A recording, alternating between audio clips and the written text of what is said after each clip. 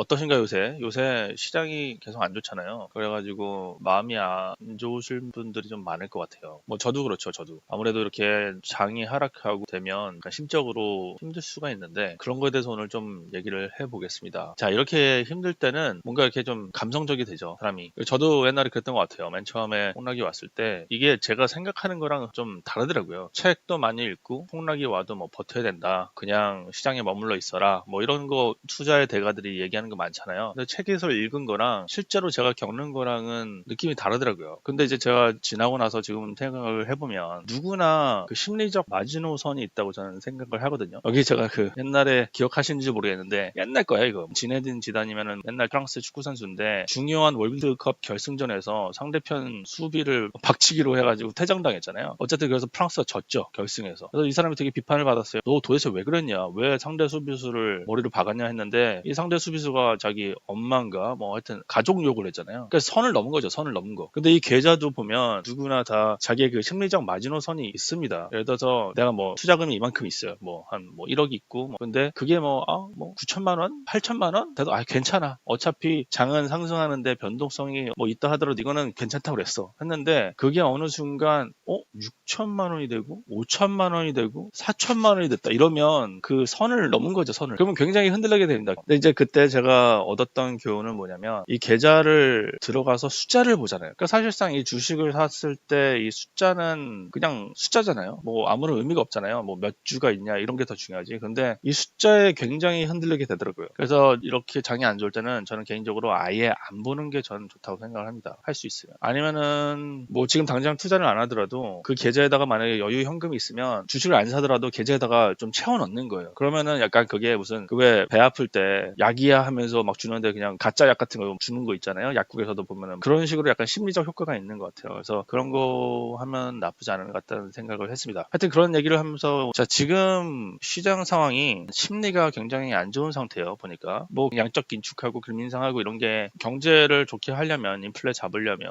좋다 이거죠. 그리고 파월 의장은 지금 연착륙을 하겠다. 결국은 경기 침체 리세션 없이 인플레 잡을 수 있다. 금리 인상하면서 양적 긴축하면서 이렇게 얘기를 하지만 시장은 이제 안 믿는 거죠. 야, 그러면서 지금 다 도망쳐야 돼. 나 삐뚤어질 거야 하면서 파월 의장의 신뢰성이 요즘 좀 떨어졌다는 말을 많이 하죠. 근데 실제로 역사에서 금리 인상기에 있어서 1965년, 1985년, 1995년 이때는 경기 침체가 일어나지 않았어요. 금리 인상을 했지만. 하지만 금리 인상 사이클에서 이 회색선이 리세션인데 되게 많이 왔었죠. 경기 침체가. 1957년, 1961년, 69년, 75년 계속 왔죠. 79년, 81년, 83년, 2001년, 2009년 계속 왔었죠. 이러니까 불안하잖아요. 좀. 근데 이제 재밌는 건 요즘에 이렇게 시장이 안 좋은 것 같지만 제레미 시겔이라고 아시죠? 이 와튼 스쿨의 유명하신 분. 이분이 장기 투자자한테는 지금 굉장히 매력적으로 보인다. 이렇게 변동성이 있고 좀 하락한 시장이 라고 말씀을 하셨어요.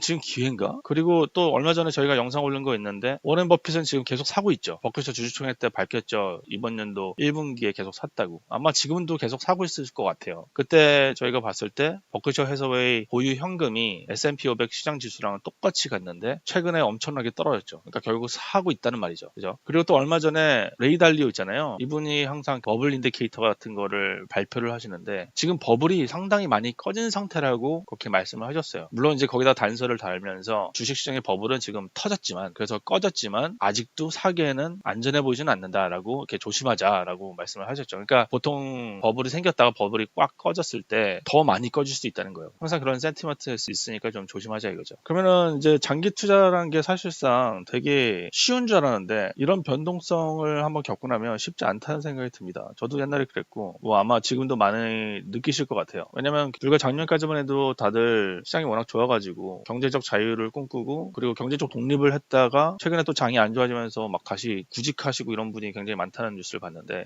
장기 투자가 생각보다 쉽지 않죠. 그래서 예를 들어서 배우자가 있는데 아이유 아니면 BTS 뭐 누가 와가지고 장기 투자를 같이 가자 등산 가자라고 했는데 알고 봤더니 에베레스트 등반을 하는 거였어요. 장기 투자가 거의 이런 수준이라고 옛날에 제가 어디서 글을 봤어요. 그러니까 이게 동네 뒷산 놀러 가는 줄 알았는데 알고 봤더니 엄청난 등반을 해야 되는 거죠. 이거를 또 장기 투자를 어떻게 비유한가를 짤을 봤는데 타이 아시잖아요. 수학에 3.14 모시기 막 계속 하잖아요. 여기 의사가 너의 고통이 1에서 10 사이에 어느 정도로 느껴지냐라고 했더니 환자가 파이라고 그러죠. 굉장히 고통이 낮은 수준이지만 무한대로 간다는 거예요. 끝이 없다는 거예요. 죽겠죠. 그래서 장기 투자를 하면은 이렇게 끝없는 고통을 느낄 수밖에 없습니다. 왜냐하면 주식시장은 항상 하락을 하거든요. 그리고 아까 그 배우자 아무리 이쁜 마유고 멋있는 BTS 이러지만 장기 투자하다가 이렇게 한번 만나면 배우자의 신뢰를 잃게 되죠. 만약에 자기랑 같은 생각을 하지 않는다면은 뭐 자기 배우자뿐만 아니라 친구라든가 같이 뭐 투자하자 하면서 자기가 만약에 꼬셨는데 이런 상황이 되면 좀 민망하죠. 그리고 보기 부끄럽고 어떻게 되나 좀 이 마음이 왔다 갔다 할 거예요. 근데 이제 보셔야 될 게 미국 주식시장은 항상 하락을 했잖아요. 근데 실제로 어떻게 하락을 했냐 보시면 지금 베어마켓이 들어왔다고 그러잖아요. 하락장에 들어왔다고. 근데 1950년대부터 S&P 500 베어마켓이 있었을 때를 보면은 되게 많았죠. 1957년, 61년, 66년, 68년, 73년, 76년, 80년, 87년, 90년, 98년, 2000년, 2007년, 2011년, 2018년, 2020년 그리고 지금 또 왔죠. 그러니까 대략적으로 한 3년에서 5년 사이에 항상 이런 게 왔다고 하더라고요. 그리고 어디까지 하락했냐 평균을 내보면 대략 한 30% 정도 하락을 했다고 합니다. 그리고 전고점을 회복하는데 평균적으로 1.7년이 걸렸대요. 물론 그때그때 다르긴 하겠죠. 강도에 따라서 57년에는 1년 걸렸고 61년에는 1.2년 걸렸지만 1973년에는 무려 6년이나 걸렸고 그리고 뭐 2000년도 닷컴 버블 때는 4.6년 2007년 서프라임 때는 4.1년이 걸렸으니까 전고점 회복하는데 굉장히 오래 걸린 거죠. 그리고 뭐 중간값을 보면은 한 마이너스 27% 그리고 한 0.9년 정도의 회복을 했다고 하네요. 그러니까 평균값은 73년도나 2000년도나 2008년도 같은 경우에 굉장히 많이 하락한 적이 있었으니까. 근데 대부분은 한 1년 정도면 회복을 했다 이거죠. 그래서 제가 옛날에 모모랑도 얘기를 하면서 적어도 한 1년 정도는 봐야 되지 않을까라고 그때 한번 얘기를 했었잖아요. 이거를 바탕으로 한 말이었어요. 근데 이제 문제는 이제 바닥을 찍기까지는 얼마나 걸렸냐 보시면 평균 한 1년 걸렸고요. 중간값은 한 4개월 걸렸습니다. 역사적으로 봤을 때 정말 엄청난 하락이 왔을 때는 73년도나 2000년도나 2008년 이럴 때까지 감안을 하면 평균 한 1년 정도까지도 간다 이 하락세가 이런 말이 있고요. 하지만 웬만해서는 한 4개월 정도는 걸린다는 거죠. 중간값이 4개월이니까. 거의 다 왔으니까 어쩌면 반등할 수도 있고 아니면 옛날 2008년도나 2000년도 정도 수준이면 아마 더 오래 걸릴 수도 있을 것 같아요. 근데 이제 역사적으로 보면은 지금 S&P 500이 마이너스 20% 하락을 했다? 그러면 더 하락한 적이 굉장히 많았었어요. 실제로. 역사적으로 73년도 4월 25일부터 베어마켓이 시작했는데 20% 하락을 해서 반등하는 줄 알았더니 다시 마이너스 50%가 떨어진 적도 있고 수도 없이 많았다는 거죠. 84년도는 추가로 14% 떨어졌고 87년도는 20% 떨어졌고 뭐 쭉 가죠. 그러니까 앞으로 더 떨어질 수도 있다 이런 불안감이 들잖아요. 근데 이거를 보시면 결국은 이거죠. 결국은 이런 하락장은 멀리 보면 항상 기회였습니다. 항상 기회. 73년도에도 1년 뭐 3년까지도 마이너스일 수 있지만 5년, 10년으로 보면 결국은 다 엄청난 기회였던 거죠. 이때 당시에 샀으면 더 큰 수익률을 노릴 수 있었다는 겁니다. 그죠? 근데 이제 중요한 건 알았다 이거죠. 뭐 뻔한 얘기 지금 한 거죠. 솔직히 뭐 하락장에 사는 거 누가 몰라? 라고 얘기할 수 있는데 항상 그게 불안하죠. 현금 지금 가지고 있는 거를 한꺼번에 넣어야 되나? 아니면 나눠서 넣어야 되나? 이게 불안하잖아요. 왜 불안하냐면 이게 타이밍을 잘못했다가 계좌가 크게 떨어질 수 있기 때문이죠. 왜냐면 10년 동안 가장 주식시장이 좋았던 10일을 그때 투자를 안 하고 있으면 엄청난 손해를 보게 됩니다. 그래서 불안하죠. 그때 만약에 내가 시장에서 나가 있으면 어떻게 되지? 라는 생각이 들죠. 그리고 요거를 생각하다가 너무 미리 들어가서 주식시장이 아까처럼 더 많이 하락하면 어떻게 하지? 라는 또 생각이 들죠. 이렇게 될 수도 있는 거잖아요. 저점을 노리고 샀는데 계속 저점 계속 내려갈 수 있는 거죠. 근데 이제 제가 봤던 이 돈생경사 책을 이제 또다시 얘기를 할 건데 그냥 계속 살아라고 하는 거죠. 이렇게 하락장에도 불구하고. 이게 왜 그러냐. 1960년대부터 2020년까지 S&P 500이 저희가 투자를 할 때 여러 번 나눠서 적립식으로 DCA가 그거거든요. 달러 코스트 에버리징 해가지고 적립식으로 투자하는 게 더 좋으냐 아니면 한꺼번에 거치식으로 투자하는 게 더 좋으냐 럼썸 하는 게 더 좋으냐라고 나온 건데 적립식 투자가 거치식으로 한꺼번에 투자하는 것보다 좋을 때가 있어요. 그때가 언제냐면 이렇게 시장이 크게 하락할 때입니다. 하락할 때. 그러니까 저점을 찍기 전까지가 엄청나게 좋아요. 물론 이제 거치식이 웬만해서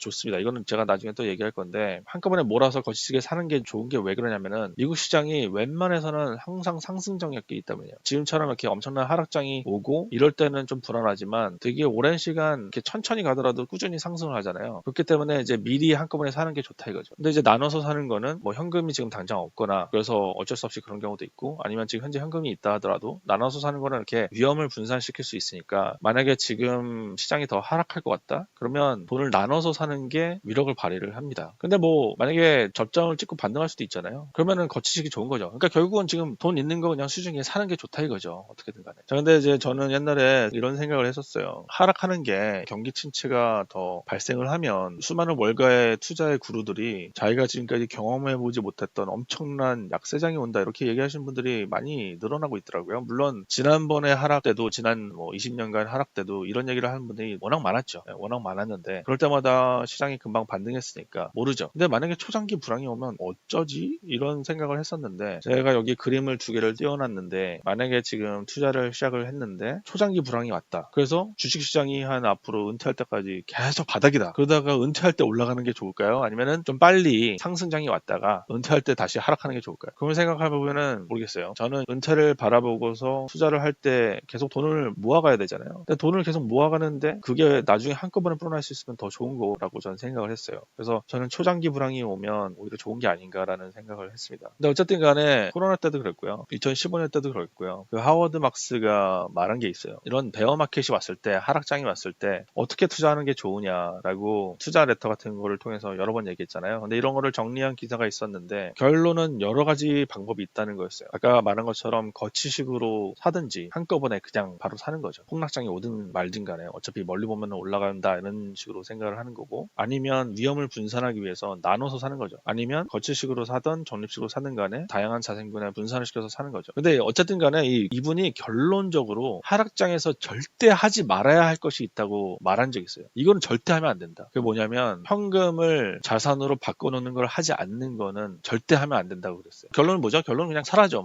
When your time comes, don't postpone it. When others down and out, you don't condone it.